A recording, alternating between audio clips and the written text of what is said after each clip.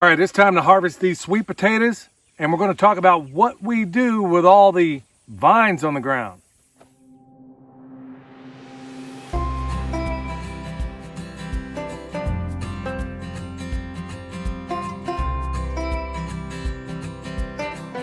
Hey, this is Billy from Permapastures Farm. Today, beautiful day. It feels like fall, and it's absolutely wonderful. Blue skies, green, everything. But it's that time of year where everything is in transition. Folks, if you want to go back, you'll see how we did this Geoff Lawton's Instant Garden.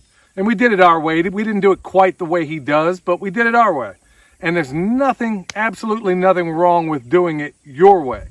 And I'll just give it to you in a nutshell. We basically put down a bunch of cardboard, added a little bit of compost to a cylinder, and put starts down in it. And in this case, they were sweet potato slips. But in between all the trees, we did something of a syntropic design where we're growing some annuals and in some cases even perennials. So today's harvest time. We probably could have done it a little while ago. And yesterday, in fact, we've already harvested some of this stuff in a different spot. Well, today we're going to talk about what we do with the harvest.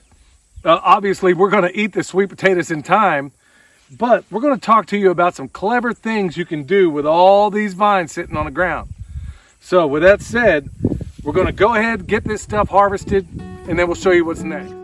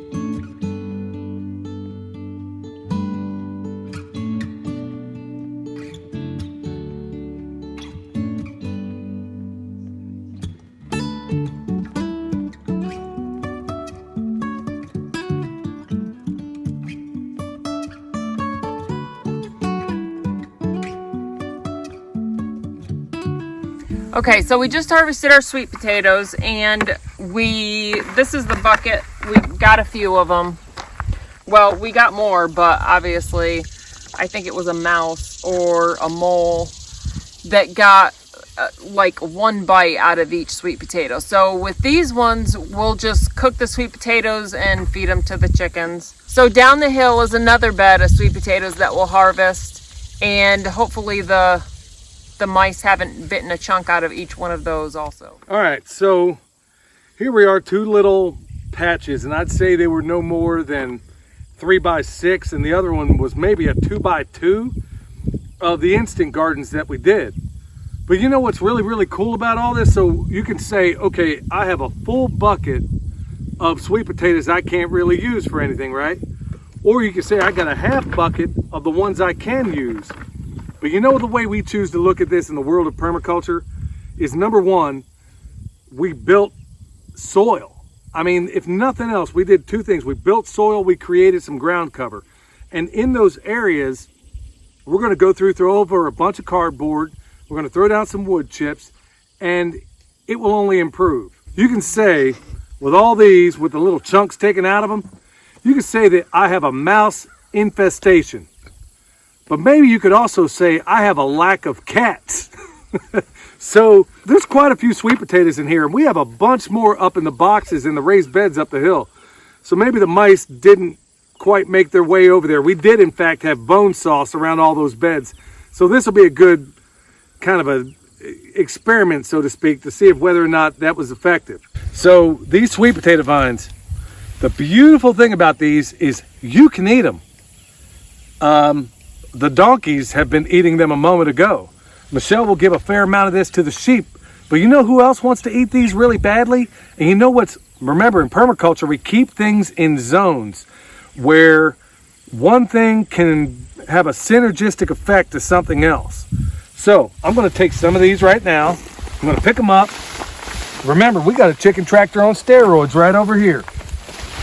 So I'm gonna take a big bunch of them right here. We're gonna literally walk a few steps over and we're gonna put them right here in their compost cage.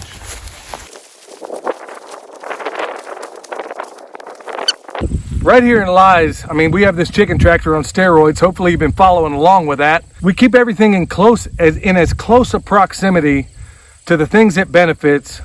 The chickens are close to where we'll need this compost, right? And also the things that are going to help create that compost are in close proximity to the chickens.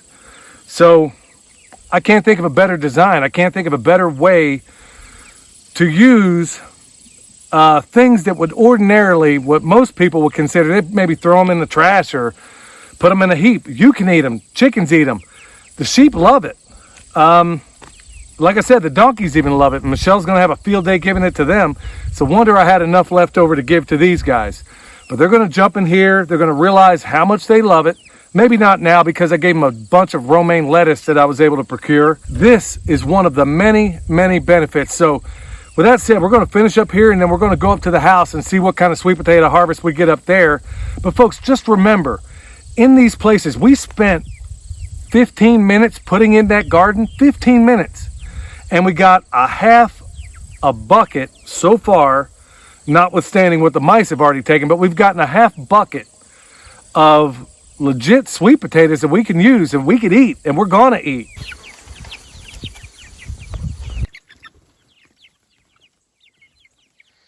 Okay, we're up by the house. We're at the gardens up by the house where it's on the edge of a little bit of a mountain here, and we're about to harvest sweet potatoes. They're either a purple or a white. I can't remember which one it is, but it's not the typical orange one. So we have a bed full here and then a partial bed down at the other end and then one bed behind us that we're gonna harvest.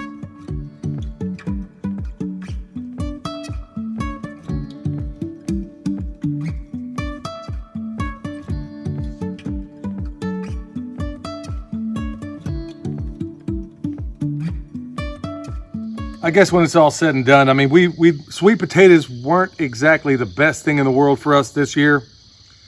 We got a couple of reasons, I suspect, for that. Number one being that we put them in way, way, way too late. And it seems the mice had a field day with it too. So, that we'll just make adjustments and we'll come back even better next time, hopefully. And possibly there might be a couple of cats in the future. And that'll definitely put them in a balance. But, the good thing is at least these guys here are edible to us and a number of other animals. And the sweet potatoes, the ones we can't use, we know doggone good and well that the chickens will eat them and they'll make us good compost out of it. So we'll make adjustments. Sometimes you have losses. Sometimes we've had, the truth is, our first year out here, we've had way more successes than we've had failures. We've done a really not so good job of chronicling all the wonderful successes.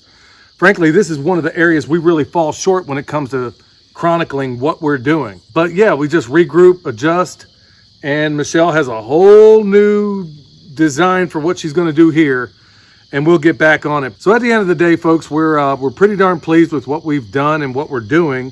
We'll just make adjustments and drive on next time. So until next time, this is Billy, the Permaculture Pimp Daddy, where PIMP stands for Permaculture is my passion.